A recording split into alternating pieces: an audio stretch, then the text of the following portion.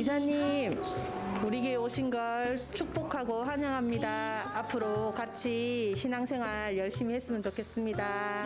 축복합니다. 내 친구 미정아, 반가워. 우리가 안 지도 20년이 흘렀는데 네가 결혼하고 진영으로 이사 오고 또 교회에 태어나서 너도 첫걸음을 한 걸 너무나 축하해. 그리고 앞으로 성민이, 하민이도 같이 손잡고 우리가 또 우리 교회 안에서 아름답고 행복한 날들을 보내면 좋겠어. 정말 정말 축복한다. 고마워. 사랑해.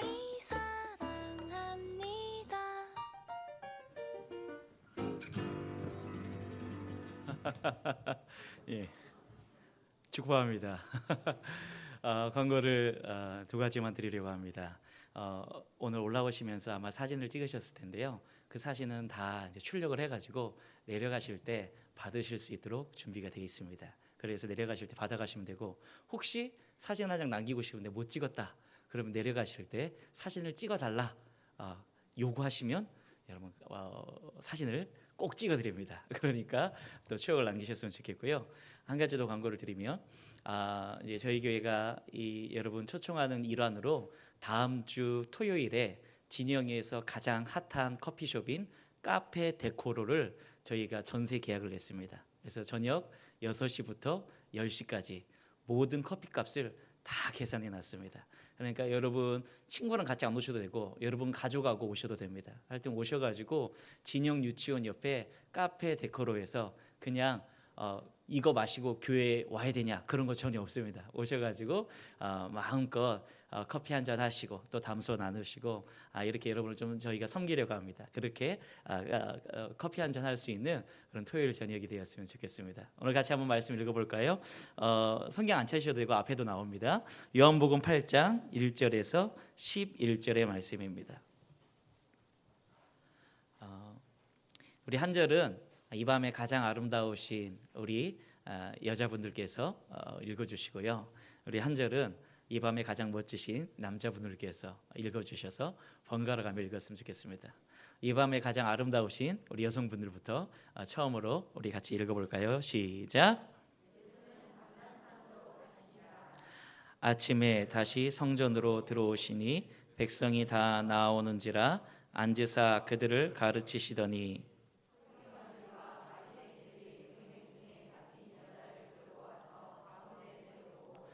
예수께 말하되 선생이여, 이 여자가 간음하다가 현장에서 잡혔나이다.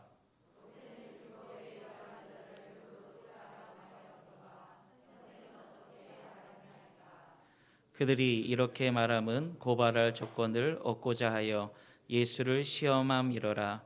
예수께서 몸을 굽히사 손가락으로 땅에 쓰시니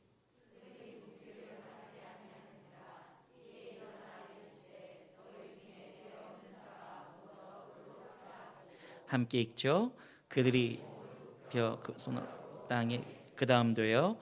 그들이 이 말씀을 듣고 양심의 가책을 느껴 어른으로 시작하여 젊은이까지 하나씩 하나씩 나가고 오직 예수와 그 가운데 섰는 자만 남았더라. 아멘. 우리 어제에 이어서 우리 강은도 목사님 나오셔서 땅에 쓰신 글씨라는 제목으로 말씀 전해주시겠습니다. 나오실 때 우리 목사님 통해서 일하실 하나님께 우리 박수로 한번 환영하면서 영광을 드렸으면 좋겠습니다.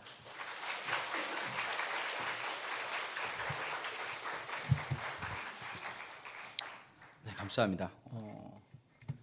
어제 보니까 그 교회 처음 오신 분들이 어제 한 분만 계신 건 아니었다 그러더라고요. 참 손든다는 게 부담스럽죠. 저도 목사지만 교회가 어색할 때가 많거든요. 사람이 정직해야죠. 네. 그런 게 있어요. 이렇게 어떤 종교라고 하는 것의 문을 연다는 게 되게 두렵습니다. 전혀 낯설었던 부분들, 친구분들 이렇게 의지해서 오시긴 했지만 굉장히 어렵고 힘든 일이거든요. 여러분, 이 전도라는 걸 해보면요, 처음에 깨닫는 게 하나 있습니다. 교회가 전도하려고 세워진 곳이거든요. 근데 전도하기 되게 어려운 곳이 되어버렸다는 생각이 들어요. 첫 번째, 용어가 우리끼리 쓰는 용어들이 있어요. 그런 은혜 이런 단어들 잘 모르시거든요. 그 다음에 기쁨, 즐거움, 평강 이런 잘 모르시잖아요, 그죠? 옆에 뭐 주변에 열받게 만드는 인간들이 얼마나 많은데 뭐 평강이 어디 있겠어요, 그죠? 뭐 재수 이런 말 잘 아시잖아요, 그죠? 왔다다 뭐 이런 거 되게 좋아하시고 이럴 텐데 한국 사회를 가만히 보면 제가 오늘도 이제 이렇게 그 진영 이렇게 많이 본 건 아니지만 식사하면서 이렇게 보니까 외국인 노동자분들 되게 많으시더라고요. 그런 게 있는 것 같아요. 한국 사람들이 드디어 우리가 다문화라고 하는 게 다 시작되고 주변에 이미 우리는 특별히 뭐 진영뿐만 아니라 도시 곳곳에서 마찬가지지만 외국인 분들 없이 지금 한국 사회가 지탱하는 것은 거의 불가능해졌습니다. 그럼에도 불구하고요, 사람들의 마음 속에는 이런 게 있는 것 같아요. 외국인하고 결혼한다. 그러면 사람들도 모르게 이렇게 마음 속에 있죠, 그죠? 저만 그런 거 아니죠? 있죠? 제가 지난주에 결혼식 주례를 냈었는데 제가 어릴 때부터 중학교 때부터 가르쳤던 친구가 고등학교 생활 잘하고 대학교 졸업하고 그다음에 프랑스로 유학 가가지고 공부를 해야 되는데 프랑스 남자를 만난 거예요. 근데 이제 이 프랑스 남자랑 어떻게 된지 모르겠지만 이름도 프랑스스러운 남자였거든요. 시몽이라는 애였어요. 시몽. 그 시몽이라는 친구가 이제 한국에 오는 겁니다. 오는데 이제 이 친구가 프랑스 말을 하는 친구고 영어를 해도요 프랑스식으로 이렇게 영어를 하는 거예요. 대충 때려잡아서 이제 아는 거죠. 근데 이제 사랑이라는 게 정말 대단하더라고요. 이 친구가 한국 여자를 너무 사랑하는 거예요. 난 이렇게 로맨틱한 남자를 본 적이 없어요. 예를 들면 이런 거예요. 한국에 왔다가 인천공항에서 떠나잖아요. 그러면 이제 보통 누가 울어야 정서에 맞는 거죠? 여자가 울어야 맞는 거잖아요. 여자 울 틈을 안 줘요. 이 썩을 놈이 너무 많이 우니까 타이밍을 늘 놓치는 거예요. 우리 지은이가 막 시몬 계속 울고 대성통곡하고 막 그러니까 한 명이 너무 울어버리면 좀 나눠서 울어야 되잖아요. 근데 한 놈이 그냥 막 죽사지게 우니까 자면은 울 틈이 없이 늘 그렇게 한 1, 2년을 보냈어요. 처음에는 참 뭐 이렇게 외국에도 사귀어보고 그러나 보다 이렇게 생각했거든요. 근데 3년 지나고 4년 지나니까 이게 좀 심각해지는 거예요. 너 이제 얘기해 주죠. 주변에서 많은 사람들이 야, 말 통하는 한국 놈하고 사는 것도 쉽지 않다. 근데 계속 프랑스 놈 언제 어떻게 될지 모르고 저놈들 어느 순간 처음에는 막 이렇게 막 좋다 그랬다가 헛소리하는 인간들인데 저걸 어떻게 믿겠냐. 너 한국에 살 거야, 프랑스 살 거야. 막 혼란스러웠어요. 몇 번 헤어지려고 했는데도 불구하고 그럴 때마다 더 이제 사랑이 더 깊어진 거예요. 그러다 결혼하기로 결정을 했거든요. 결정을 했는데 코로나가 빵 터져버린 거예요. 그 날짜가 계속 딜레이되고 딜레이됐다가 일단 먼저 작년에 프랑스에서 결혼식을 했습니다. 프랑스 결혼식은 되게 독특합니다. 첫 번째 이런 게 있어요. Official Wedding Ceremony라고 해가지고 공식적으로 이제 결혼식을 하는 거예요. 첫 번째 어디 가냐면 시청에 갑니다. 신랑 신부가 시청에 가서 그 시장님 앞에서 혼인 서약을 하고 사인을 해주면 부부가 되는 겁니다. 그다음 그 증명서를 가지고 어디를 가냐면 교회를 갑니다. 교회 가면 이제 자다 일어나는 이제 엘리 같은 제사장 한두 명씩 있거든요. 엘리라고 잘 모르시죠? 그 하여튼 상태 안 좋은 제사장 한 명 있거든요. 그분들이 가지고 뭐 이렇게 막 프랑스 말로 울리다가 막 이렇게 막 해가지고 이제 결혼식 됐다 그러면 결혼식 하러 이제 가는 겁니다. 결혼식이 이게 만만치 않아요. 뭐가 만만치 않으냐? 결혼식 자체는 1시간인데요. 만찬을 하는 겁니다. 저녁 식사를 몇 시간을 하느냐면 6시간을 합니다. 그것도 더 중요한 말이 있어요. 최소한. 여러분 우리는 6시간 먹을 거 없잖아요. 그죠? 전투처럼 와 먹고 막 먹을 거 없네 이러고 막 세 접시 먹어놓고 이제 간단 말이에요.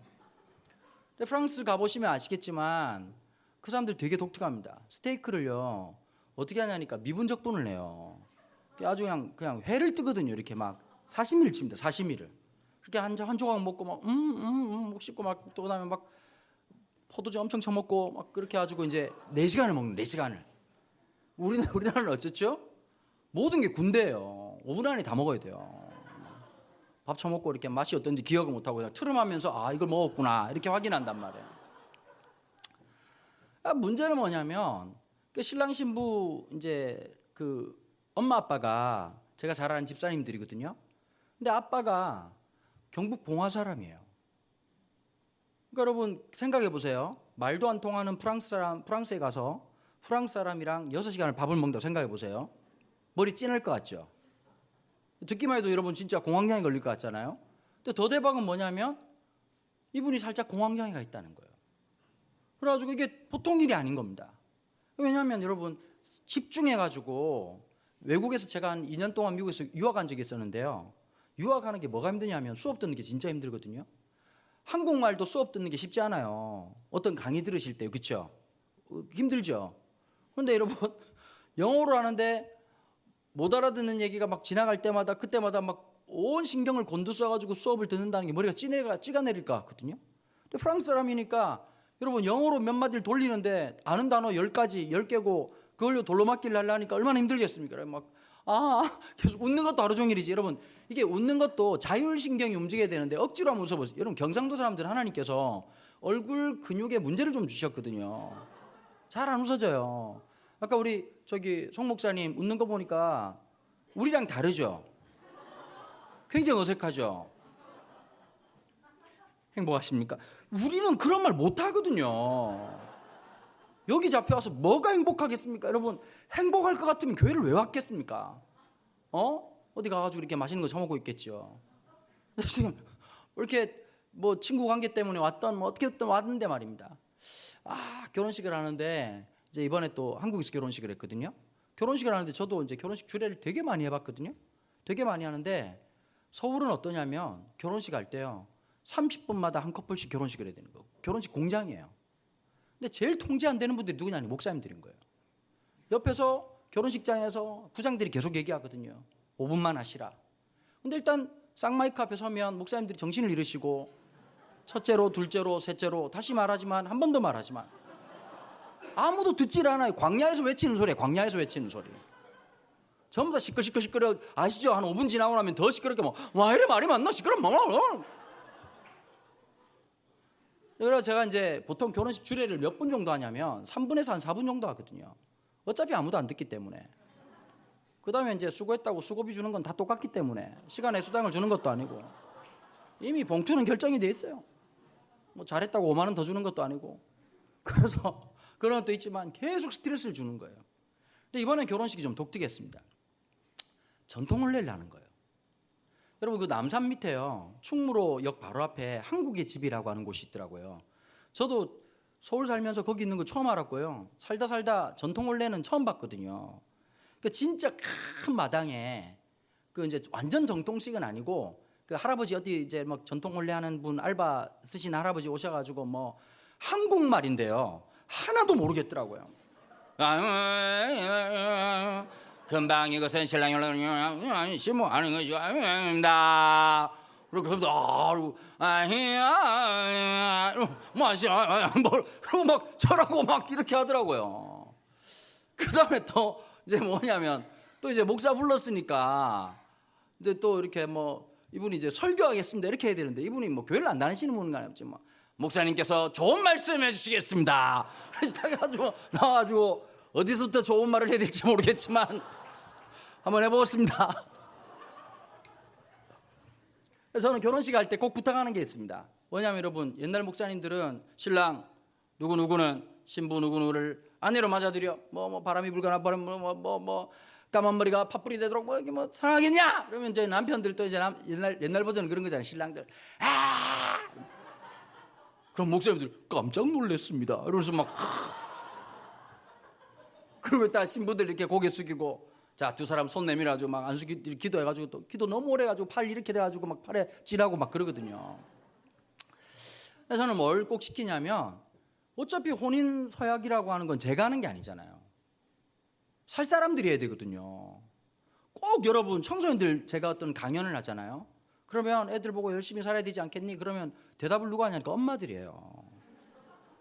공부 안 할 사람들이 꼭 대답을 하더라고요. 열심히 해야 되지 않겠니? 그러면 네! 엄마들은 공부 안 할 사람들이 공부하는 얘기 한단 말이에요. 그래서 꼭 그런 경우가 많아서 제가 부탁을 했습니다. 그 프랑스 그 시몽에게 네가 준비할 수 있겠냐. 내 생각에 너 영어로 할 수도 있겠지만 프랑스어로 하면 사람들이 어차피 못 알아들으니까 되게 멋있을 것 같다. 와 프랑스 말로 하니까 왠지 그런 거 있잖아요. 에디스 피아프라고 하는 아주 유명한 가수가 있습니다.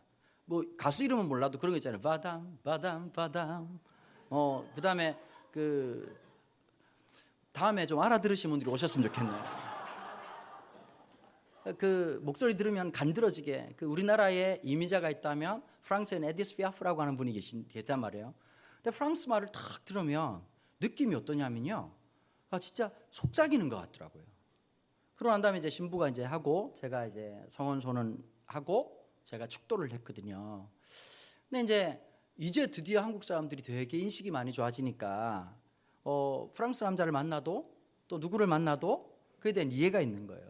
그럼에도 불구하고 만약에 그 신랑이 아프리카 사람이라면 어떻게 생각했을까요? 그 신랑이 동남아 사람이라면 어떻게 생각했을까요? 다들 뭔가가 이상했다고 생각하는 거예요. 뭐가 무너졌다고 생각하는 거거든요. 여러분, 보통 여러분 집안들끼리 만나가지고 상견례 할 때 뭐 얘기하죠? 우리 집안이 얼마나 좋은 줄 아니?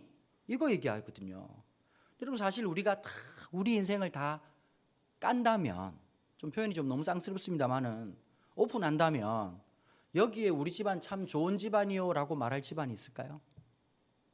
옛날 할아버지들 버라이어티하게 사셨거든요. 수많은 자매님들 만나시고, 뭐 저도 이게 뭐 할 말은 아닙니다만은 저도 4대째 예수 믿는 집안이거든요. 근데 저희 할아버님하고 이제 돌아가셨죠. 제가 나이가 올해 52이니까 할아버님이 장수하셨어요. 옛날 분치곤 91세까지 사셨거든요. 우리 집안은 단명 아니면 장수입니다. 둘 중에 하나입니다.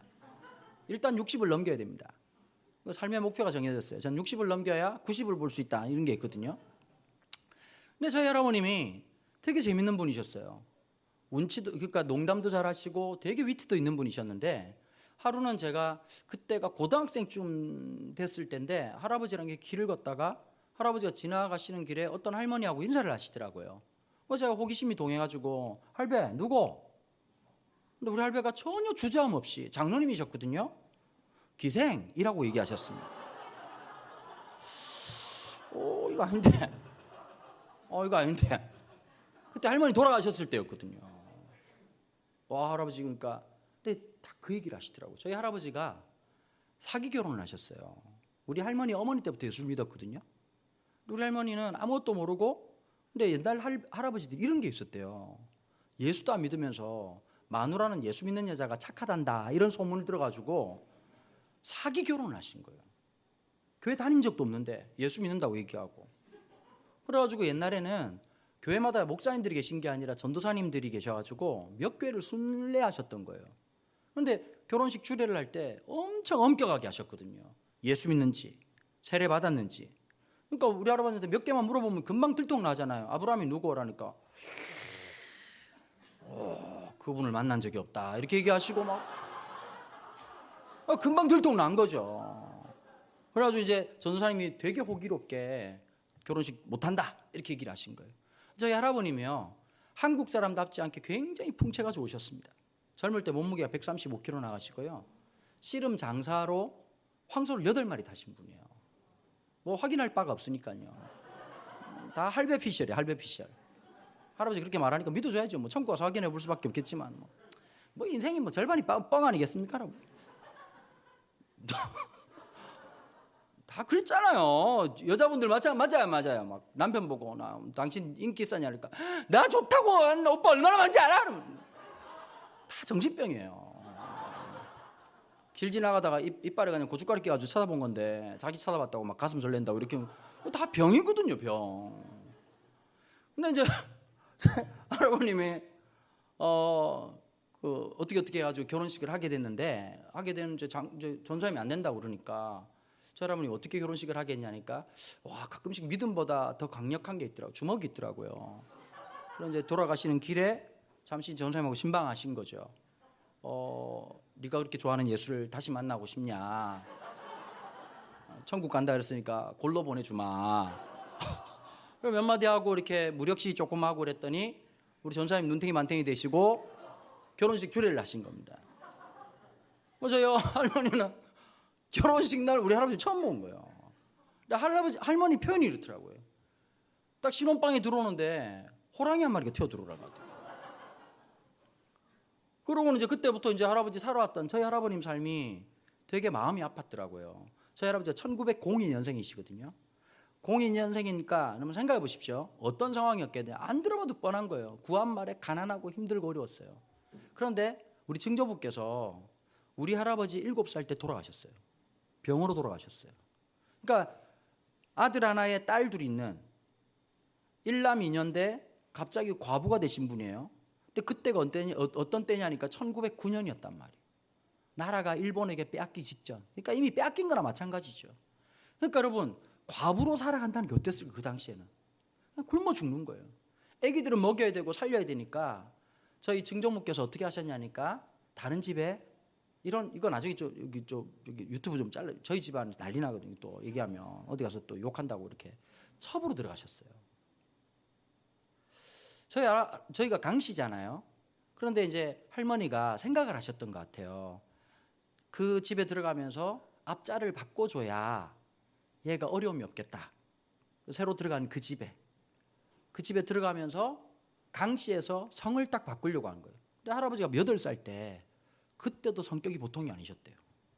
자기 성을 돌려달라 그러면서 마을 이장을 찾아간 거예요. 그 저희 할아버지 표현인데 책상을 집어 던지면서 8살이 가능한지 모르겠어요. 전 어차피 뭐 할아버지 얘기니까 뭐 난 그때 태어나지도 않았고 그러고는 집을 떠나신 거예요. 제가 가족에 대한 비밀 이런 거 있잖아요. 옛날에 그 뿌리라고 하는 드라마가 있었잖아요. 킨타쿤테라는 사람이 아프리카를 건너와가지고 내 뿌리가 어딘가, 그 후손들이 내 뿌리가 어딘가를 막 찾아가기 시작하면서 노예로 잡혀온 것을 찾아갔던 아주 옛날 오래된, 이거 아는 분들이 연식 좀 있는 분들이시거든요. 아시죠, 원사님? 다 우리 통하는 사람들이거든요. 같이 인문학적 이해가 있는 분들. 이쪽은 전혀 뭐 계속 홈쇼핑이나 하고 그냥 뭐 백화점 귀신 걸려가지고 맨날 돌아다니고 이렇게 하는 거죠. 그냥. 자, 그런데 제가 너무 궁금한 거예요. 우리 아버지는 누군가? 할아버지는 어떤 분이셨는가? 할머니는 어떤 분이신가? 그래서 제가 다른 손주들, 저희 아버님이 5남 2녀의 넷째 아들인데도 불구하고 제가 그런 데에 대한 되게 호식이 많았어요. 그러니까 할아버지하고 얘기하니까 막 그런 얘기도 물어보고, 제가 너무 놀랍게도요, 우리 사촌들 중에서 할아버지에 대한 이야기를 저만큼 아는 사람이 아무도 없어요. 어릴 때부터 되게 많이. 그러고 막 할아버지 그랬어요. 너는 참 희한한 놈이다. 쓸데없는 거야. 그래 물어보노. 그런데 어디서 탁 하나 걸린 게 하나 있었어요. 할아버지, 증조부 이름이 어떻게 됩니까? 그러니까 할아버지가 얘기를 해주시더라고요. 그럼 증조모는 이름이 어떻게 되십니까? 그랬더니 가만히 계시는 거예요. 할매 이름 어떻게 되냐고요. 시끄럽다. 그만해라. 몇 번을 물었거든요. 딱 하나. 근데 아버지도 모르는 거예요. 저희 아버지도. 아버지한테는 할머니잖아요. 할머니 이름을 몰라. 제가 나중에 알게 됐어요. 딱 하나 가르쳐 주더라고요. 변씨였어요. 변씨성을 가지신 분인데 마지막까지 누구에게도 이름을 알려주지 않았어요. 왜 그러냐니까 엄마한테 버림받았다는 생각 때문에. 그러니까 저희 할아버지는 아버지에 대한 경험이 없는 분이셨어요. 여러분 얼마나 거칠게 살았겠어요? 진짜 뭐 임재범 노래처럼 살았단 말이에요. 인생을. 전쟁같이. 나라는 일본에 빼앗기고 진짜 거지처럼 지내다가 주먹 하나로 싸우고 몸무게 쓰면서 씨름 장사하고 그 힘으로 살다가 18살 때 일본으로 밀항을 하신 거예요. 일본에 가셔가지고 건축업을 시작하셨어요. 건축업을 시작하셨는데 거기서 또 일본말 안 통하지만 저희 할아버지가 뭐 몸으로 부대끼면서 일본말하고 소위 말해서 십장이라는 걸 하셨던 거예요. 근데 일본에 또 와쿠자도 있고 막 그 싸움 있잖아요. 저희 할아버지가 거기서 싸워가지고 거기서 나우바리를 키우신 거예요. 그러고 있다가 있는데 점점 나이는 들고 결혼해야 되겠다는 생각이 들어가지고 고향 땅으로 돌아왔는데 보니까 어디 좋은 처자 없느냐. 그러니까 옆에 있는 친구들이 얘기해 줬던 거예요. 아마 예수 믿는 자가 제일 착하다. 네 성격에 막 그렇다 이렇게 해가지고 제 할머니를 만났던 거죠. 근데 저희 할아버님은 어떻게 살았냐면 세상에 신이라는 걸 전혀 뭐 이렇게 경험한 적이. 근데 저희 할머니는 이미 거의 뭐 그 마더 테레사급이었단 말이에요. 날마다 기도하고 막 주님만 바라보고 아버지 주여, 아버지 주여, 아버지 주여, 아버지. 맨날 천국 갈 준비하고 이렇게 막 언제든지 갈 준비되어 있는 분이었거든요. 근데 저희 할아버지 전혀 안 믿는 사람 만나가지고 어떻게 되냐. 저희 할아버지도 진짜 할머니도 보통 분이 아니죠. 주일날 예배를 갔다 오잖아요. 그 집안을 다 들어부시는 거예요. 진짜 들어보니까 할머니 머리채가 남아나질 않았대요.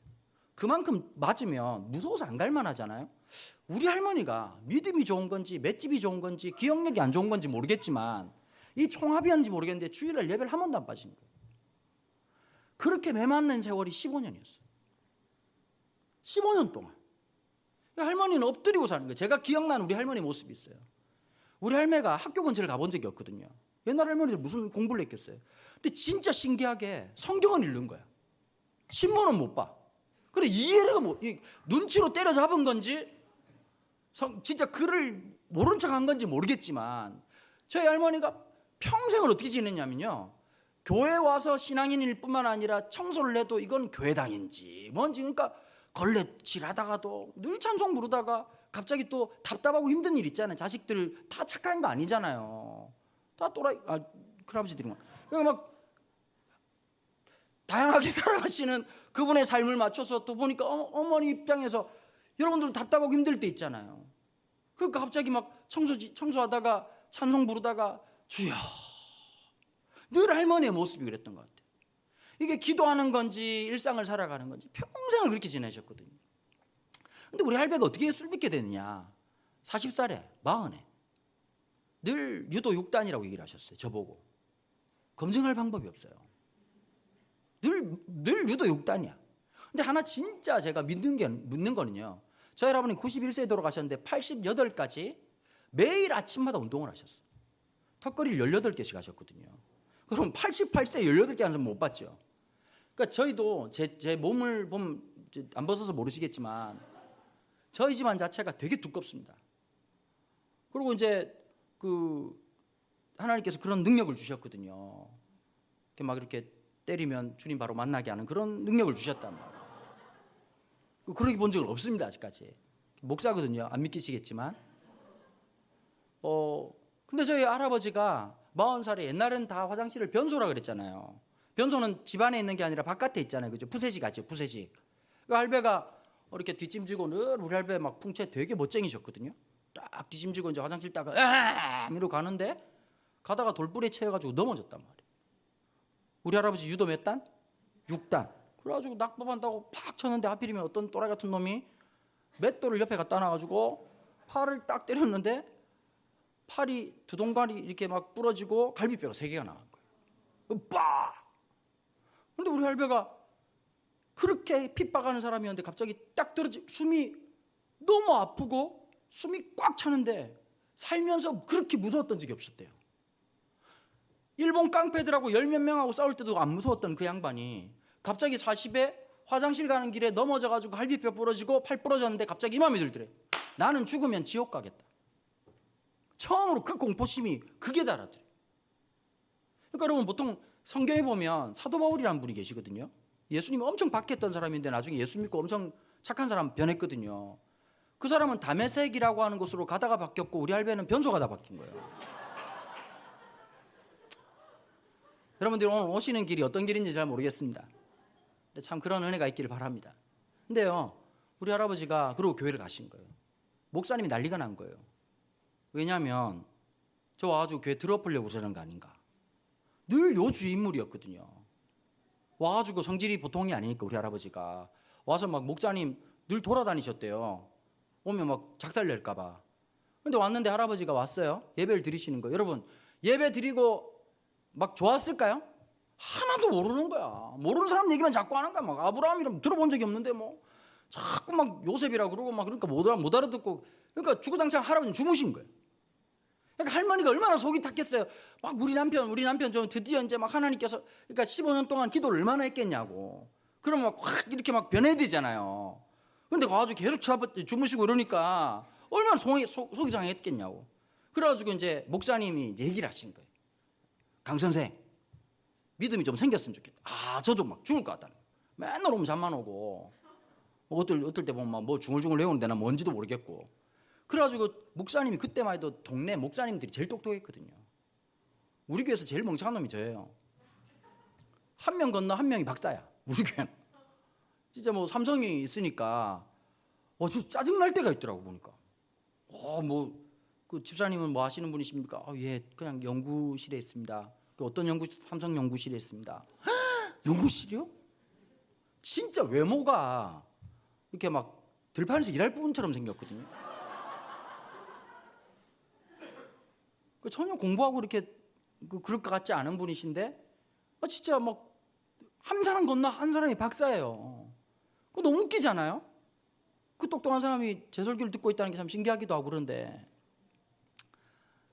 그때만 해도 목사님이 제일 똑똑했단 말이에요. 동네에서 여러분 안 믿는 분들도 목사님 그러면 동네 유지로 생각했단 말이에요. 무슨 행사할 때도 목사님한테 인사하고 막 그랬단 말이에요. 그러니까 목사님이 강 선생 금식 기도라고 하는 게 있는데 기도원에 가가지고 금식 기도를 좀 해봐라. 우리 할배가 모르잖아요. 금식 기도가 뭐냐니까. 그 밥을 굶는다는 얘기는 안 하시고 그러면 예수님을 알게 된다고 얘기를 하신 거예요. 그래가지고 올라가지고 금식 기도를 일주일 동안 하신 거예요. 우리 할배 간증이 너무 재미나. 기도는 하나도 안 나오고 배만 차 고프고 예수 믿기 전에 내가 먼저 죽을 파이다 이런 생각이 들더라고요.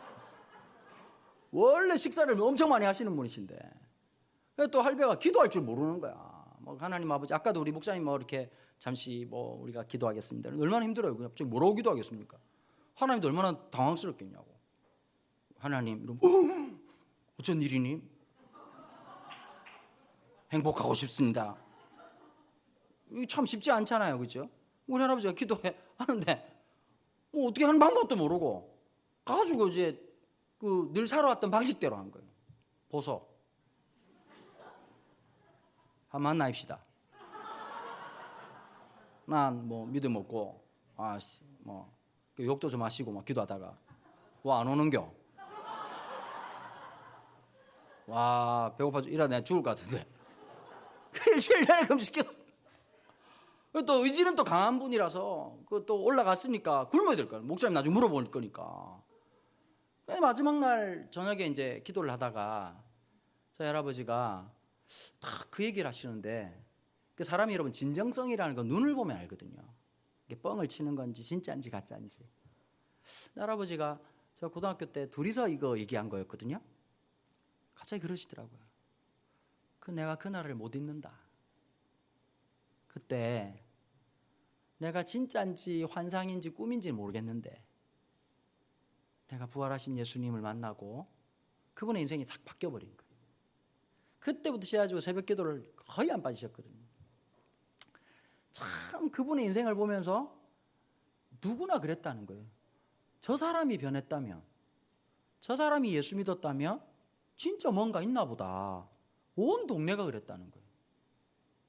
그 제가 처음 얘기할 때 어떤 할머니 한 분 만나가 지나면서 기생이라고 얘기를 했잖아요. 할아버지 하면 누구냐니까 할아버지가 이렇게 얘기하더라고요. 내가 젊을 때 죄를 많이 안 지었나. 이게 손자하고 할 얘기입니까? 근데 여러분 참 놀라운 게 있어요. 사람들은 깨끗한 척 하잖아요. 그죠? 아는데 경건한 척 하거든요. 여러분 예수를 믿고 나면 달라지는 게 하나 있어요. 그 부끄러움을 오픈하는 게 부끄럽지 않아요. 이게 놀라운 반전이에요.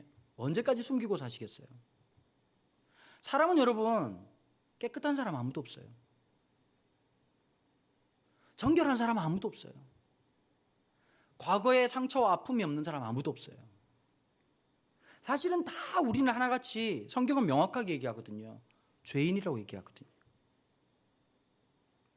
사람들은 잘난 사람, 못난 사람, 똑똑한 사람, 부자인 사람, 가난한 사람 나누지만 성경은 그런 구분이 없습니다. 저도 죄인이고 여러분들도 죄인이고 우린 다 사실은 누구도 깨끗하지 않은 사람이거든요. 또 오늘 본문에 보면 그런 내용이 나옵니다. 예수님을 골탕 먹이려고요. 여러분 이거 보통 일이 아니거든요. 여러분 봐보세요. 만약에 여러분들한테 돈 줘가지고 어디 그 가늠하는 현장에 있는 여자를 하나 잡아와라. 여러분 이거 쉬운 프로젝트겠어요? CCTV 달아놓고도 이게 쉬운 일 아니에요. 근데 여러분 한 명 잡아온다는 게 보통 일이 아니겠죠? 잡아가지고 예수 앞에 딱 세워놓고 사람들이 물려들었다는 건 여러분 뭔가 이게 느낌이 나지 않으세요? 냄새가 좀 나지 않으세요? 다 짜고 치는 거예요. 예수를 괴롭히려고. 이렇게 얘기하는 거예요. 성경에 보면 이런 여자는 가늠을 했으니까 돌로 쳐서 죽이라고 하는데 당신은 어떻게 말할 것인가? 자, 이게 딜레마가 하나 있어요. 하나는 뭐냐? 그냥 성경대로 돌로 쳐서 죽여라 그러면 그동안 예수님이 하신 말씀이 있거든요. 연약한 자를 불쌍히 여기고 99마리를 두고 잃어버린 한 마리 양을 찾는 모습들. 너무 여러분 말이 안 되는 거예요. 여러분 내로남불이란 말 들어보셨죠? 내가 하면 로맨스, 남들이 하면 불륜. 여러분 정치인들 보면서 그 마음이 드는 거예요. 그 정치인들 그런 거 있잖아. 갑자기 뭐 이렇게 막 한 번씩 꼭 TV 나와가지고 막 그런 국회의원들 있잖아요. 사과하세요! 지는 사과 안 해. 남들한테는 막 쌍욕하고 난리를 치는데 알고 보면 자기 자식들 청탁하고.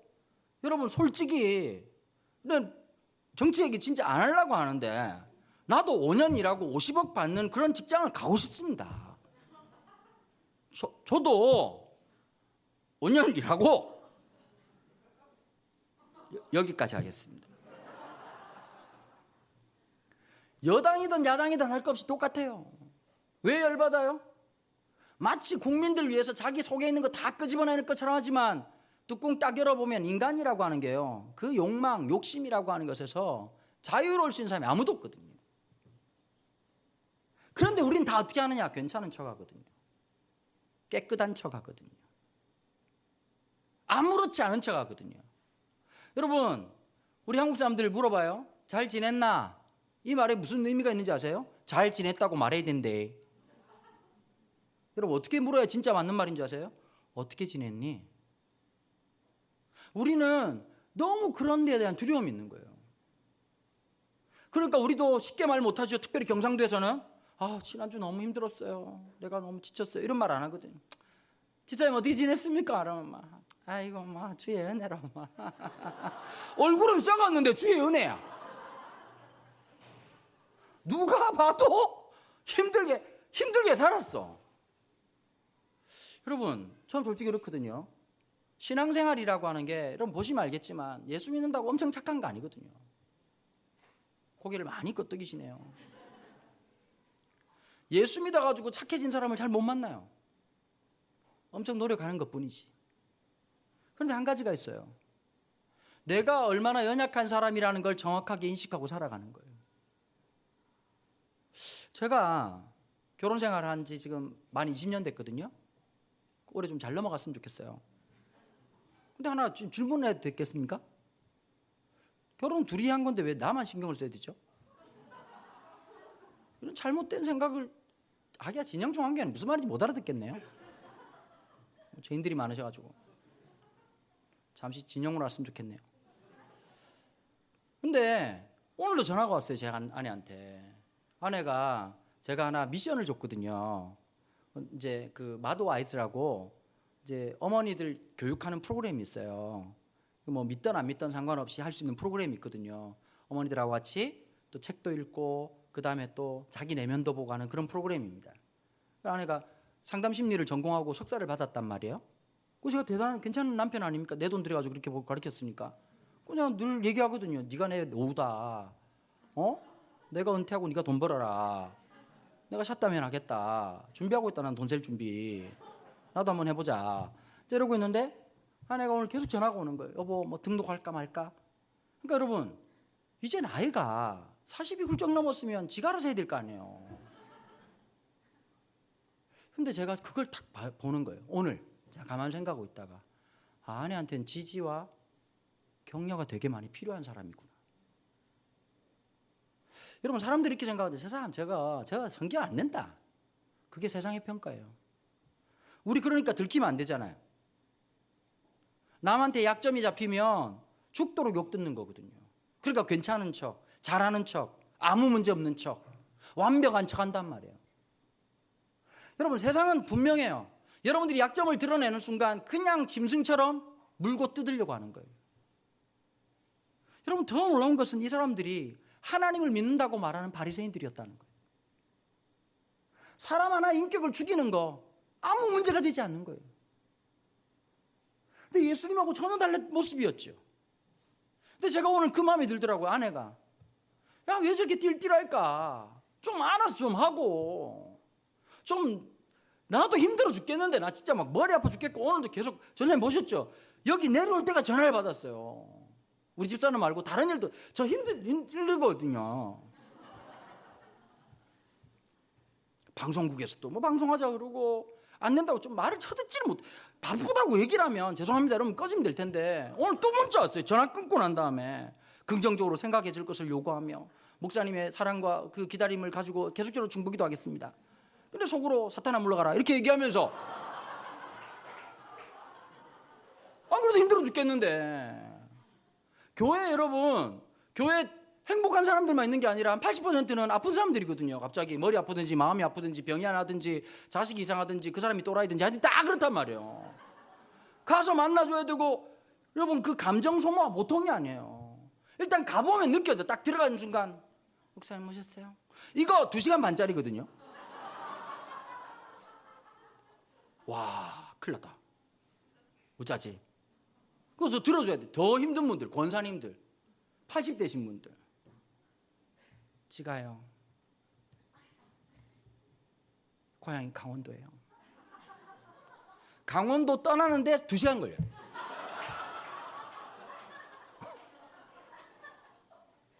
아직 애가 안 태어났어. 애가 5명인데. 한 5시간 걸리고. 그리고 또 제가 리액션 엄청 잘하거든요. 어른들한테. 제가 보니까 어른들은 설교 잘하는 거 필요 없어. 얘기만 잘 들어주면 그 목사님이 참 좋은 목사더라. 설교 시간은 계속 자. 인생이 다 아프다고. 어디나 누구에게나 아픈 인생이 있거든. 너무 웃기죠? 제가 생각해도 웃겨요. 근데 진짜 그 아프고 힘든 인생을 다 가지고 있단 말이에요. 저도 아내를 보면서 딱 그런 마음이 들더라고요. 어느 날 왜 저렇게 못할까가 아니라 딱 비껴보니까 이런 목소리가 들리는 거예요. 여보, 난 당신의 지지가 필요해요. 응원이 필요해요. 그래서 딱 그 마음이 들더라고요. 그래, 내가 이 사람의 가장 아픈 것을 안아주는 사람이 돼야지. 여러분, 제가 좋은 사람이라서 그런 거 아닙니다. 예수가 내 안에 있으면 전혀 할 수 없었던 일을 하기 시작합니다. 여러분, 저도 미운 놈 싫습니다. 저 싫다는 사람 누가 좋겠습니까? 제가 예수님은 아니거든요. 예수님이 잠시 신방 오셔서 그렇지 계속 예수는 아니거든요. 그렇지 않겠어요? 지난번에 대구에 붕해를 갔어요. 대구에 이런 집회를 갔거든요. 호텔을 잡아줬어요. 호텔을. 인터불고라고 되게 좋은 호텔이었어요. 그래서 제가 그 호텔을 되게 좋아하거든요. 왜냐하면 저는 그 숙소에 피트니스 있는 게 되게 중요하거든요. 오늘도 제가 그 신세계 잠시 신방 갔다 왔거든요. 잃어버린 영혼 있나 이렇게 가가지고 하나 사오고 이렇게 해가지고 경제가 돌아가야 되지 않겠습니까, 여러분?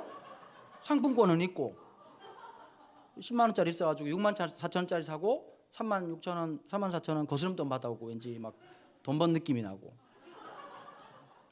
그 숙소에서 한 1.2km 떨어졌는데 택시 타는 게 아깝더라고요. 걸어갔다 왔거든요. 개땀 내고. 돌아오자마자 피트니스 가서 열심히 운동했거든요. 근데 그 인터불고라고 하는 호텔이 새롭게 단장을 했어요. 피트니스 센터를 40억을 주고 대공사를 한 거예요. 제가 볼 때 우리나라 그 호텔들 중에서 기계가 제일 좋은 게 들어가 있어요. 모든 런닝머신에 애플 TV가 들어가 있어. 그러니까 그 애플 TV가 뭐냐면 사과를 처박아 놓은 게 아니고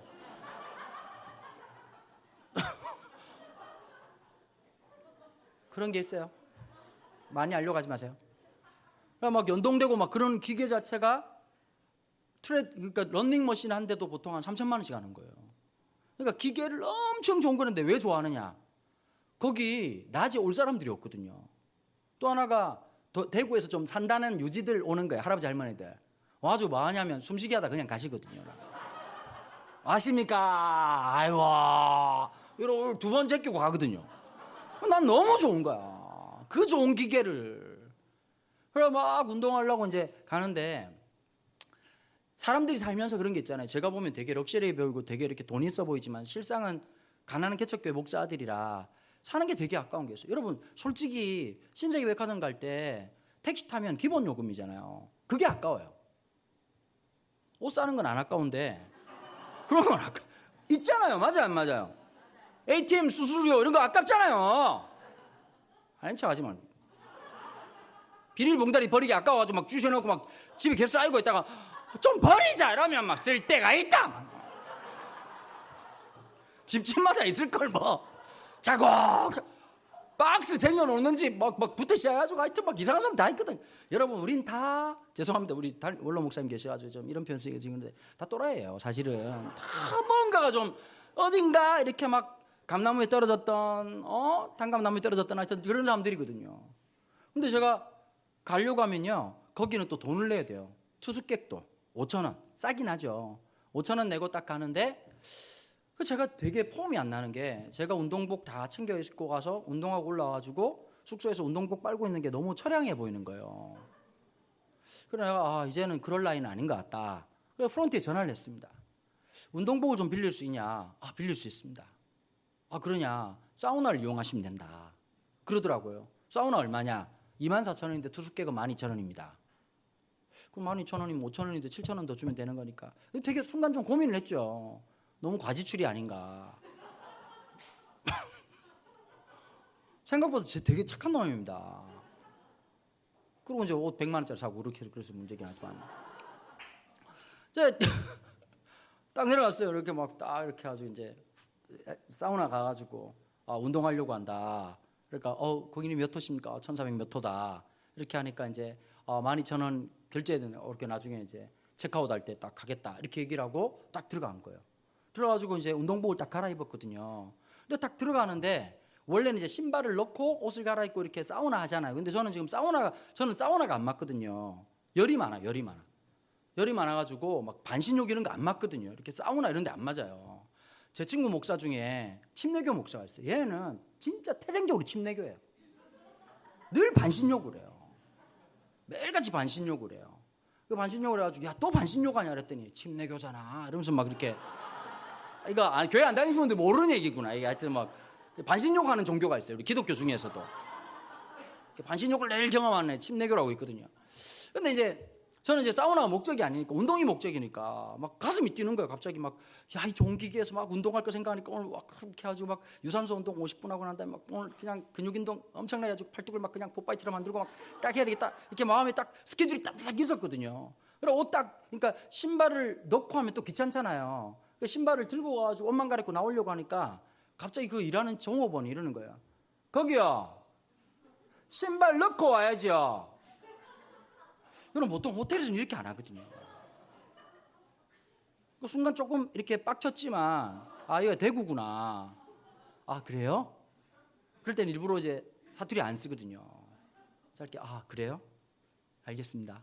그리고 이제 신발 딱 넣고 와가지고 옷을 딱 갈아입고 나가는데 갑자기 또 이러는 거예요. 저기요, 돈 냈어요? 갑자기 제가 하나님께 기도를 했어요. 잠시 목사를 그만두도록 하겠습니다. 일단 저 새끼를 죽여버리고 저는 잠시 직무 정지. 난 지금 목사가 아니다. 난 잠시 기독교를 떠난다. 그 마음으로 그 아저씨를 불렀어요. 너무 화가 나는 거예요. 일단 싸가지가 없잖아요. 너무 버릇이 없는 거예요. 나이도 되게 젊은 놈인데 불렀어요. 내가 딱 그랬어요. 아니 여기서 일하시는 분이냐 그러니까 그래요 그러더라고. 근데 고객한테 이렇게 얘기하시는 거예요? 왜 이렇게 내가 기분이 나쁘죠? 왜 말씀을 그렇게 하십니까? 돈 안 내고 들어왔을 것 같으세요? 돈 냈어요. 갑자기 미안합니다.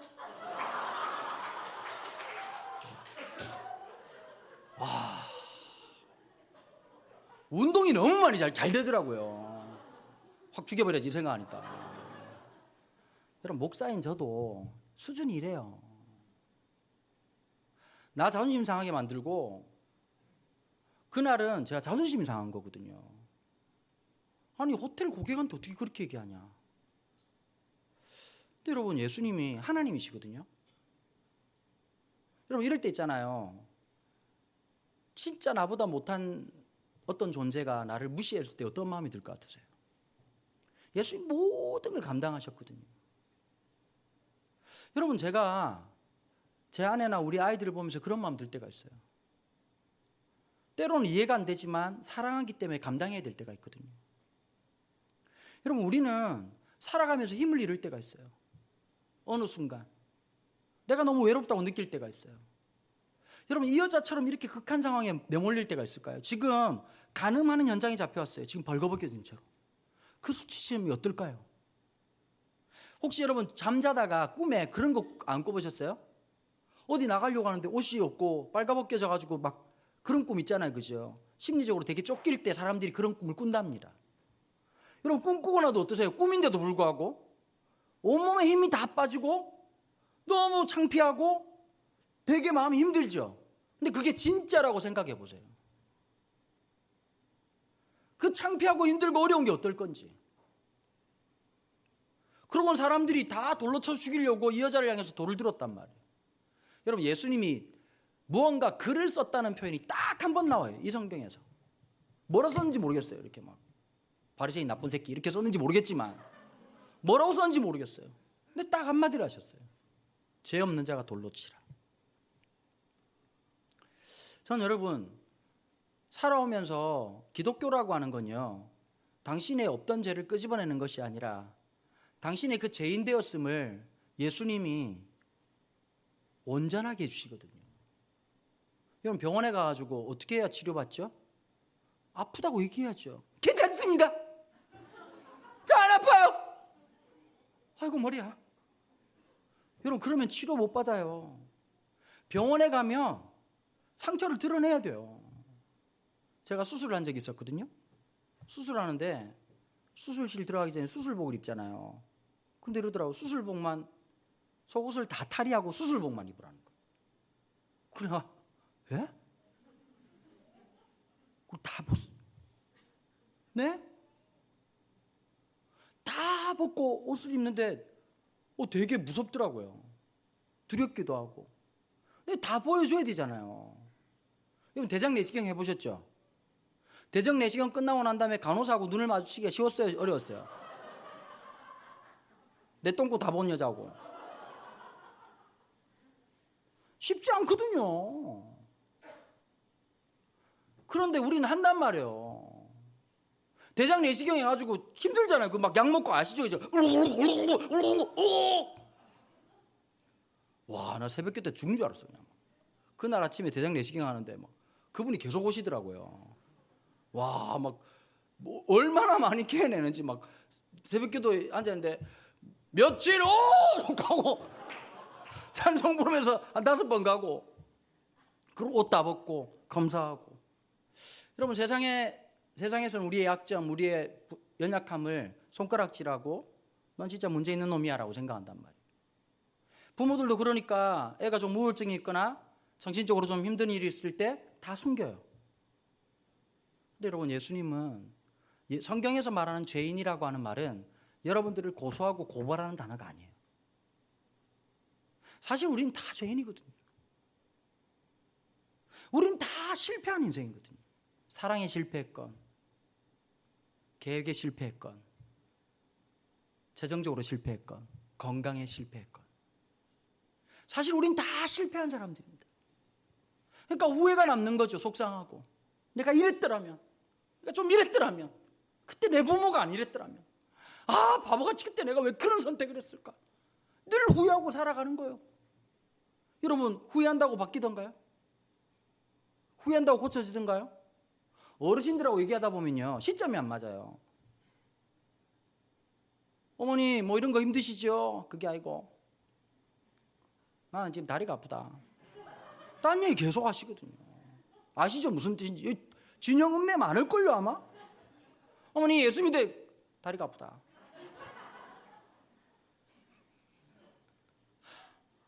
자기 얘기에 빠져 있는 거예요. 근데 늙은 분, 나이 드신 분들만 그럴까요? 젊은 사람도 똑같아요. 여러분 상담을 해보면요 잘 되는 사람이 있고 안 되는 사람이 있습니다. 딱 어떻게 했냐니까 수용성이 높은 사람은 상담이 정말 빨리 진행됩니다. 근데 이렇게 말하는 사람들은 절대 안 바뀝니다. 아니 그게 아니고요. 그런데 이런 사람 절대 안 바뀝니다. 제가 참 불쌍한 사람 중에 한 명이 떠올랐는데요. 서장훈 씨예요. 서장훈이라는 사람이 있어요. TV 보시죠? 불경에 오시느라고 잘 못 보셨겠지만 서장훈이라고 있거든요. 키 대따 크고 돈 많이 번 그 건물주 있어요. 근데 이 사람 볼 때마다 다 그 마음이 들더라고요. 저 사람 아직까지 은퇴한 지가 그렇게 오래됐는데 농구 코트를 못 벗어났구나. 지금도 그 생각을 한대요. 그때 슛을 25개 했는데 5개 실패하고 20개를 넣었다. 여러분 그거 엄청난 거거든요. 한 게임에 40점을 냈다는 건 엄청난 거예요. 그런데 자기는 지금도 그 넣지 못한 5개 때문에 너무 속이 상한다는 거예요. 그러니까 이 친구가 너무 잘해야 됐다고 최선을 다하고 살았기 때문에 뭐가 생겼을까요? 강박이 생긴 거예요. 그러니까 이거 안 하고 저거 안 하고 할 때마다 여러분 야구 선수들도 이런 게 있어요. 그냥 치는 게 아니라 뭐 박한이라는 선수 있었거든요. 걔 막 뭐 2번 치고 막 8 치고 막 뺐다 또 이렇게 막 장갑 끼웠다가 그다음에 막 지 헬멧 대가리 냄새 맡고 막 이렇게 해가지고 머리 쓰고 그게 강박이거든요. 그걸 안 하면 안 될 것 같은 두려움. 그렇게 안 하면 안 될 것 같은 두려움. 여러분 점치는 사람들이 있어요. 여러분 점치는 사람들이 우리에게 주는 게 뭔지 아세요? 두려움이에요. 전 목사 집 아들로 태어났거든요. 그러니까 점을 친다든지 제가 뭐 이렇게 그 제사 지내고 이런 걸 한 번도 해본 적이 없는 사람입니다. 한 10년 전에요. 부산에 집회 왔다가 부산역에서 택시를 타고 그 집회 장소로 갔어요. 근데 여러분 어제도 말씀드렸지만 택시 하시는 분들 중에서 말하고 싶어서 택시 하는 분도 계시거든요. 그 이분이 갑자기 손님 어디 가십니까? 그러더만 손님 계속 말을 걸더라고. 난 말하고 싶지 않았는데 손님 인사이 와 세네요. 손님 눈썹이 굉장히 진하고 개성이 강하시겠네요. 그들이 갑자기 이러는 거야. 손님 제가 관상을 좀 볼 줄 압니다. 이러는데 관상을 봐도 되겠습니까? 라고 말하는데 안 된다고 말해도 이미 말하기로 작정한 사람.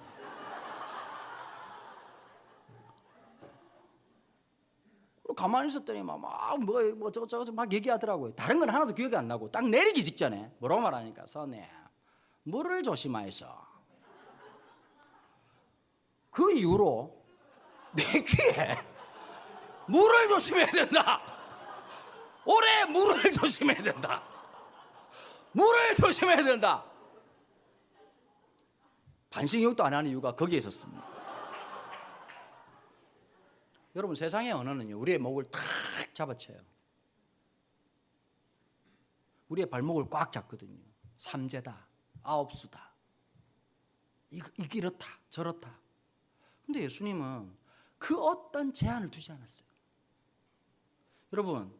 여러분들은 그 길을 갔기 때문에 인생이 그렇겠다고 생각하죠. 예수님 어떤 분인지 아세요? 내가 비록 잘못된 길을 간다 할지라도 끝까지 우리와 함께 하셔가지고 그 불행을 선택한 것조차도 기가 막힌 드라마로 엮어가셔서 아름다운 결말로 이끄시는 분이 하나님이란 말이에요. 그러니까 얼마나 행복한지 모르겠어요. 사람들은 불안하거든. 이걸 할까 저걸 할까. 여러분 그런데 예수님은 뭐라고 말했냐면 우리가 어디에 있든지 내가 무엇을 하든지 주님 함께 하시겠다는 거예요. 그리고 사람들이 다 갔어요. 지금 얘기를 잘 들으셔야 돼요. 지금 가늠하는 현장에 있는 그 얘기하다 지금 간 거예요. 어차피 집중이 없으시니까. 타고 난 다음에 예수님이 물어봤어요. 사람들이 어디 갔냐? 다 갔습니다. 나도 너를 정죄치 않겠다. 여러분 이 여인에게 이런 날 저는 이 성경에서 못 담는 얘기가 너무 많다고 생각해요. 대부분 사람들은 예수님을 기억할 때 뭐로 기억할까요? 언어로 기억할까요? 아니 표정이에요. 여러분 어떠세요? 지금 결혼하고 사는 사람 사랑할 때가 있었잖아요. 지금은 아니지만 효과음 죽이네요. 이야 아침마당 이후로 이런 분 처음 봤다.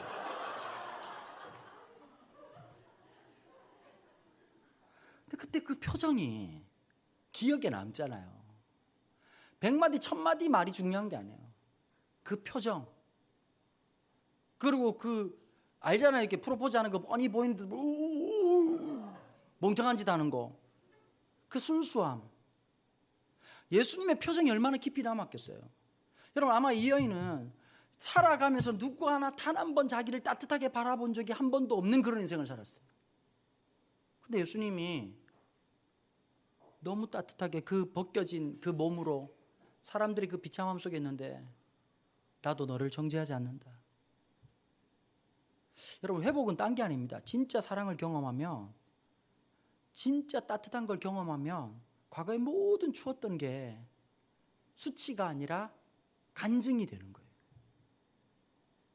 여러분 예수 믿는 사람들은요 이야기거리가 있어요. 그래서 말이 많아요. 여러분 왜냐하면 그분을 만나고 난 이후로 달라진 수많은 이야기들이 있거든요. 예, 맞아요. 그 사실 여기 사실은 다 TV에 나올 분들이거든. 왜 못 나오냐니까 말을 재미없게 해서 그렇지. 두서가 없어서 그렇지. 진짜 기가 막힌 이야기들이 많단 말이에요. 우리 인생 속에 성경에도 마찬가지고 여러분 여기까지 오실 때 아마 힘들고 어렵고 지친 일이 있었을 거예요.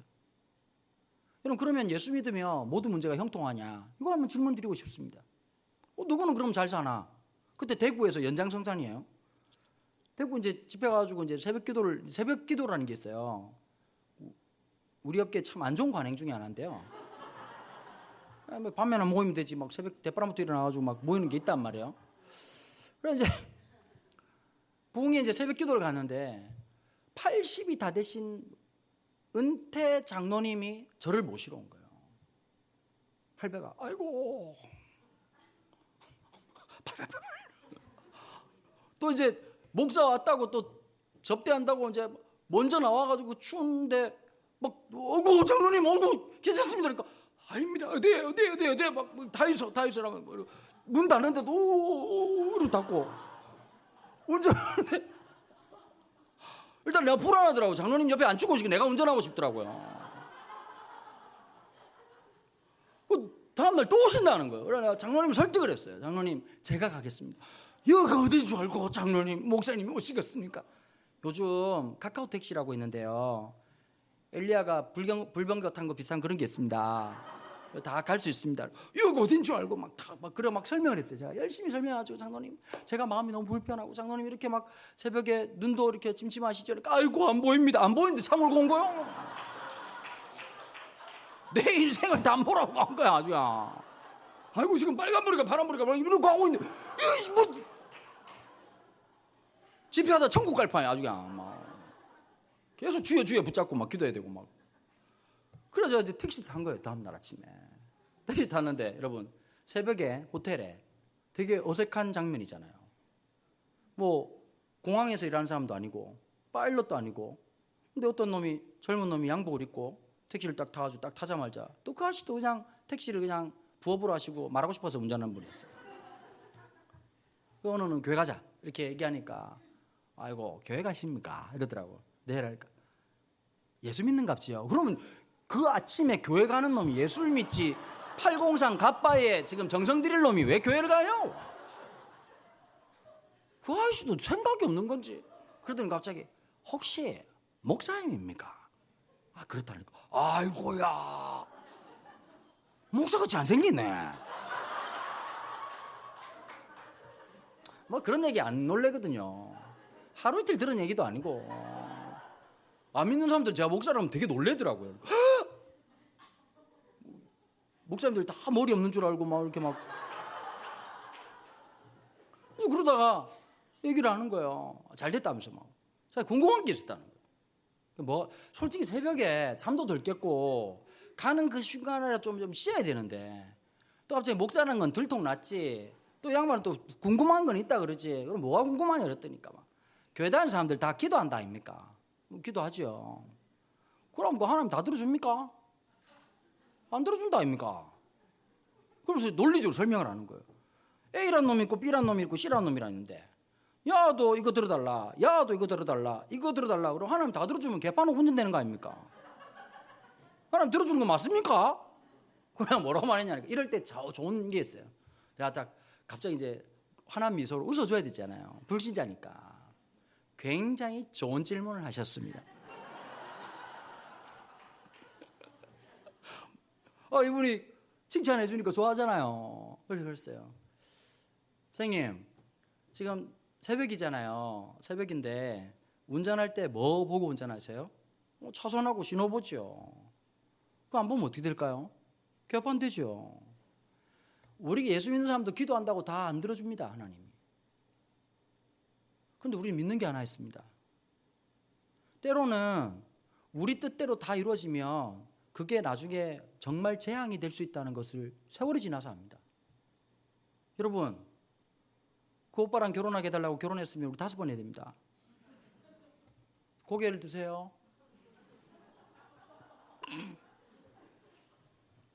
저도 우리 집사람 만나기 전에 목사님 이거 유튜브 하면 안 됩니다. 사람이 좀 있었습니다. 정말 까만 밤을 하얗게 지새우고 떠나가고 난 다음에 찬송가가 안 나오더라고. 전도사인데 광석이 형님 노래를 그렇게 불렀거든요. 썼다 지운다 널 사랑해.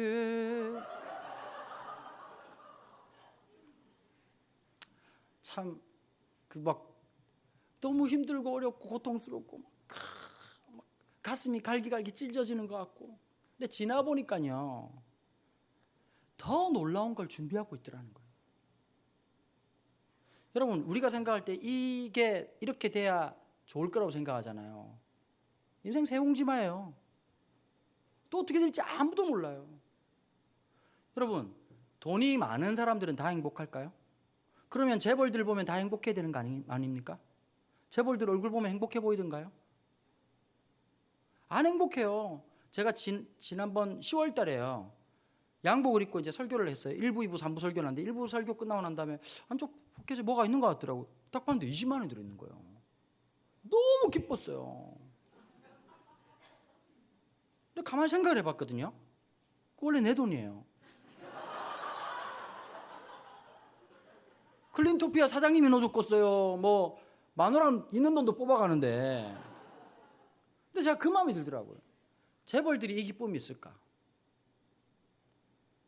여러분, 이재용 회장이, 부회장이 이렇게 20만 원 들면 행복할까요?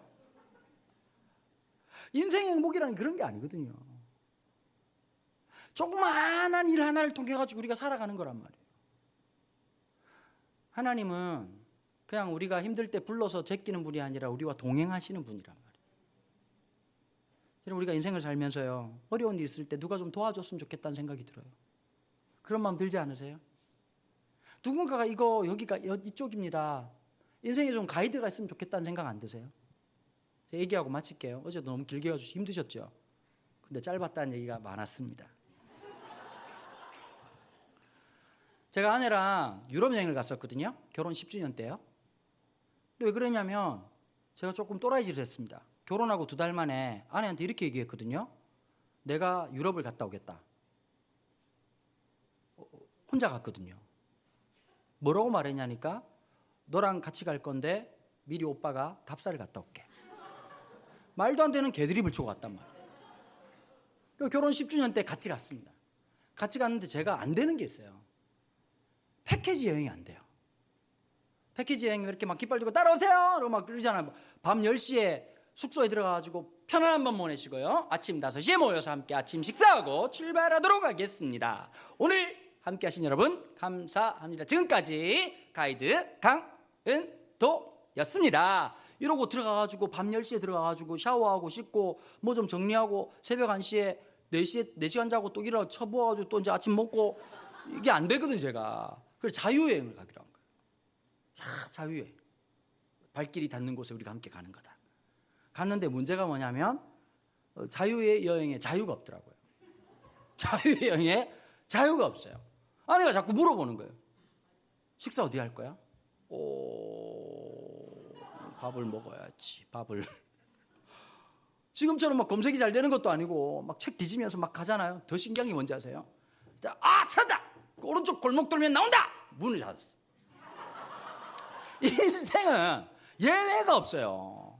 그래가지고 아내가 아주 그 말하더라고요. 왜 이스라엘 백성들이 모세를 돌로 쳐 죽이려고 하는지 이해가 된다. 점점 표정이 이혼할 뻔했어요. 이혼할 뻔. 나중에 그러고 있다가 누가 제일 부러운지 아세요? 가이드 여행 오신 분이 있더라고요. 하나 투어. 따라오시면 미켈란젤로가 만들어요. 그러잖아요. 갑자기 우리 계속 따라갔다 했거든요. 그 사람들 계속. 제일 힘들 때가 언제냐면 밥 먹으러 가야 되는데 계속 물어보는, 어디 가세요? 아는 사람 아무도 없어. 우리 몰라요? 가이드가 데려간다고 그랬어요. 그때 제가 깨달았어요. 내 인생에 가이드가 없구나. 여러분, 사람이 왜 외로운지 아세요? 어딘가 갔어요. 나이가 50이 되든 60이 되든 70이 되든. 근데 한 번도 살아본 적은 없거든. 오늘을 미리 살아본 적이 있어요? 여러분, 그 사람들은 정신병원 가야 돼요. 다 한 번도 살아보지 못한 오늘을 살고 있는 거예요. 여러분, 어르신들 지금 연세 드신 게 익숙해지세요? 어색하죠? 거울 보면 아이고 내 얼굴이 너무 곱다 이런 마음 드세요? 주름살이 봐라 와 예술이다 막 아이고야 이래 되느냐고. 목사님 사례비 많이 주셔야 됩니다. 저 엄청 에너지 쓰고 있습니다. 지금 알바로 왔는데 인생을 지금 갈아부셔가지고 넣고 있어요. 아주. 그럼 생각해 보세요. 어색해요 안 어색해요? 우리 집사님들 어때요? 옛날 모습 나와요? 옷을 입어도 태가 안 나죠? 살이 쪄서 그래요. 다 어색하단 말이에요. 여러분 손주들 오래간만에 보면 어때요? 어이구야 이래 많이 컸나? 지도 어색해요. 한 번도 살아본 적이 없거든. 근데 아는 척하고 산단 말이에요. 제가 담임 목회를 하잖아요. 교인이 어떻게 하다 보니까 애들까지 다 합치면 500명이 훌쩍 넘어버렸단 말이에요. 또 오늘도 계속 전화가 오는 거예요. 목사님 어떻게 할까요? 이거 어떻게 할까요? 좀 알아서 했으면 좋겠어. 난 진짜 좀 알아서 했으면 좋겠어. 목사님 이걸 어떻게 할까? 일단 놔둬봐라. 내가 알아서 할게. 이거 뭐 그래 알았다. 내가 알아서 할게. 내가 알아서 할 게 너무 많아. 근데 하나님 앞에 이런 기도 드린 거예요. 하나님 사실은요. 저 처음에서 잘 모르겠는데요. 이걸 이렇게 해야 될지 저렇게 해야 될지. 세상이 바뀌었잖아요. 코로나 때문에. 옛날 같으면 어른들한테 물어가지고 똑같이 하면 될 텐데 지금 세상이 바뀌었단 말이에요. 그러니 이걸 어떻게 해야 될지 모르겠어요. 여러분 얼마나 당황스럽고 스트레스 받고 힘들겠어요. 예수님이 이렇게 얘기하시거든요. 내가 너의 가이드가 되마. 여러분 사람이 마지막을 딱 보면 제일 잘할 수 있어요. 죽을 때요. 여러분 예수 믿는 사람들 이상한 사람들이에요. 사람이 죽었잖아요. 노래를 불러요. 여러분 사람 죽으면 노래 부르는 거 아니잖아요. 예수님들 이상해요. 날빛보다 더 밝은 천국 믿는 마음 가지고 가겠네. 며칠 후 또라이들이. 그리고 대표기도 장로님이 생사화복을 주장하시며 말씀으로 천지를 창조하신 아버지 하나님 감사와 찬송과 영광을 돌려. 사람이 지금 자빠졌는데 지금 뭐 그리 감사한 일이 많은지. 여러분 기독교에서는요 연결식이라는 말을 쓰지 않습니다. 영원한 결별식, 천국 환송 예배. 우리 다시 만날 사람들이거든. 그 소망이 있는 거예요. 인간이 제일 무서운 게 죽음이에요. 죽음의 그 강은 누구와 함께 건널 수 없어요. 주님이 우리 손을 꼭 붙잡고 그 죽음을 넘어가게 하신단 말이에요. 건너가게 하신단 말이에요. 오늘 이 시간에 어제 오늘 참 뭐 쉽지 않은 시간이지만 오신 여러분들 너무 감사하고요. 저는 그런 마음이 들고 싶어요. 한번 마음을 열고. 제가 강력 추천할게요. 진영중앙교회 너무 좋은 교회예요. 참 송 목사님 부목사 때부터 알고 지내거든요. 제가 농담도 하고 이렇게 하지만 참 귀한 목사님이세요. 우리 또 원로 목사님도 마찬가지시고. 참 진영에 이런 교회가 있다는 게 참 좋고. 여러분 물론 좀 이상한 교인들도 있고 좀 이상한 교회도 있어요. 어디나 다 그렇잖아요, 그죠? 근데 진짜를 만나야 되거든요. 여기에서 서로가 서로의 손을 붙잡고 그 한순간 한순간 주님이 우리의 가이드가 되시는 것. 당신이 당했던 수치와 아픔과 상처가 아물어지고 더 이상 숨기고 아닌 척하는 게 아니라 언제든지 나를 드러낼 수 있는 곳. 그런 곳이 되기를 바랍니다. 제가 기도하겠습니다. 하나님 감사합니다. 오늘 이 자리에 또 귀한 분들 보내주시고 또 함께 이야기를 나눌 수 있게 하시니 감사합니다. 하나님 사실 우리는 늘 두렵습니다. 어른이 되면 안 두려울 줄 알았고 그 정도 되면 괜찮을 줄 알았는데 사실 우리가 깨닫고 보니 단 한 번도 살아본 적이 없는 오늘을 살고 있기 때문입니다. 어디로 갈지 어떻게 살아야 될지 모르는 우리 인생에 주님이 우리의 가이드가 되어 주십시오. 그리고 우리의 손을 잡아주시고 우리와 함께 하시는 그런 놀라운 은혜가 있도록 축복해 주시기를 간절히 원합니다. 처음 교회 오신 분들 그 마음과 생각을 주님께서 붙잡아 주시고 혹여 교회 왔다가 되려 상처만 받고 마음만 아프고 돌아가신 분들이 있다면 우리 이 진영중앙교회를 통해서 진짜 주님의 놀라운 사랑을 마음껏 경험할 수 있도록 축복해 주십시오. 감사와 찬양을 주님께 올려드리며 이 모든 말씀 우리 주 예수 그리스도 이름으로 기도합니다. 아멘. 이것이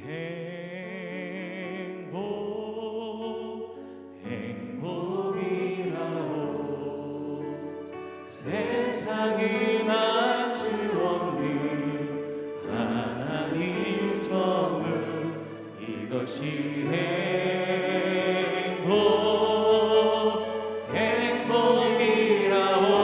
행복이라오 하나님의 자녀로 살아가는 것 이것이 행복이라 한 번 더 같이 고백할까요? 이것이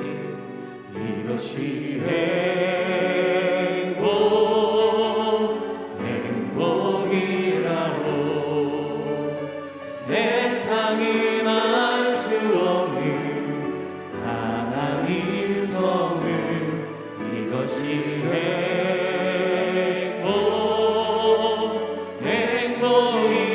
행복이라고 하나님의 자녀로 살아가는 것 이것이 행복이라고 오늘 이 행복 가운데로 여러분을 한번 초대하고 싶습니다. 여러분 어떤 길을 걸어갈 때에는 그 길을 걸어가기 위해서 반드시 돌아서 새로운 길로 들어서야 될 인생의 결정적 전환 시기가 있습니다. 오늘 여러분에게 그리고 누군가의 손에 이끌려 처음 이곳에 나오신 여러분에게 바로 오늘 이 시간이 그 인생의 결정적 전환기가 되었으면 좋겠습니다. 오늘 여러분을 초대하고 싶습니다. 여러분 누구나 처음 가는 길입니다. 인생 두 번 산 사람 없습니다. 여러분 안전하게 하고 싶지 않습니까? 의미 있는 삶 살아가고 싶지 않습니까? 여러분 돈이 주는 그 어떤 쾌락보다 더 고상한 아름다움이 있습니다.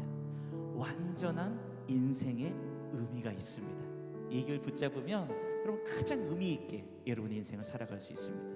성경은 무엇이라 이야기하냐면 예수의 이름을 환영하는 자에게 그 은혜로운 삶을 살아갈 수 있는 그 행복한 삶을 살아갈 수 있는 길을 열어주시겠다 약속하여 주십니다. 몇 년 전에 김국진이라는 사람이 자신의 삶을 이야기하면서 이런 간증을 했어요. 누군가에게나 롤러코스터 같은 인생을 살아가는데 자기 인생을 꽉 매주고 있는 안전바가 있다 이야기했습니다. 신앙이 없는 사람이지만 아주 귀한 통찰이라고 생각했습니다. 사랑하는 여러분, 롤러코스터 같은 인생을 살아갑니다. 여러분 인생을 꽉 붙들어 주시는 안전바와 같은 예수님, 오늘 여러분의 마음 가운데 환영하여 모셔드리지 않겠습니까? 오늘 그런 분들이 있다면 우리 다 같이 한번 눈을 감고 아무도 모릅니다. 마음에 손을 올리십시오. 여러분 굳이 손을 안 올리셔도 되는데 여러분 그런 분들이 있다면 마음에 손을 올리셔도 되고 혹시 조금 더 내가 강하게 내가 내 의지를 표현하고 싶다 하는 분들은 실제 여러분의 손을 가슴에 올리셔도 됩니다. 눈을 감고 그런 분들이 있다면 오늘 제가 하는 기도를 함께 했으면 좋겠습니다. 다른 게 아니라 예수님이 내 인생의 롤러코스터 같은 인생의 안전바가 되어주시기를 요청하는 기도입니다. 그러면 한두 사람만 하면 좀 어색할 수 있으니까 제가 하는 기도를 모두가 한번 따라하면서 우리 이 기도로 나아가는 사람들을 도와주었으면 좋겠습니다. 제가 기도하겠습니다. 제 기도를 따라해 주십시오. 그동안 내 인생의 주인이 나였습니다. 내 마음대로 행동하고 내 마음대로 살았습니다. 실패한 길을 걸어갔습니다. 나는 그런 실패한 죄인입니다. 그런 나를 위해 예수님께서 대신 죽으신 것을 믿습니다. 예수님으로 말미암아 새로운 생명의 길을 걸어갈 수 있음을 인정합니다. 예수님 안에 참 행복이 있음을 인정합니다. 이 시간 나의 마음에 주님을 환영합니다. 내 마음에 들어오셔서 나의 주가 되어 주옵소서. 나의 안전바가 되어 주옵소서. 예수님 이름으로 기도합니다. 아멘.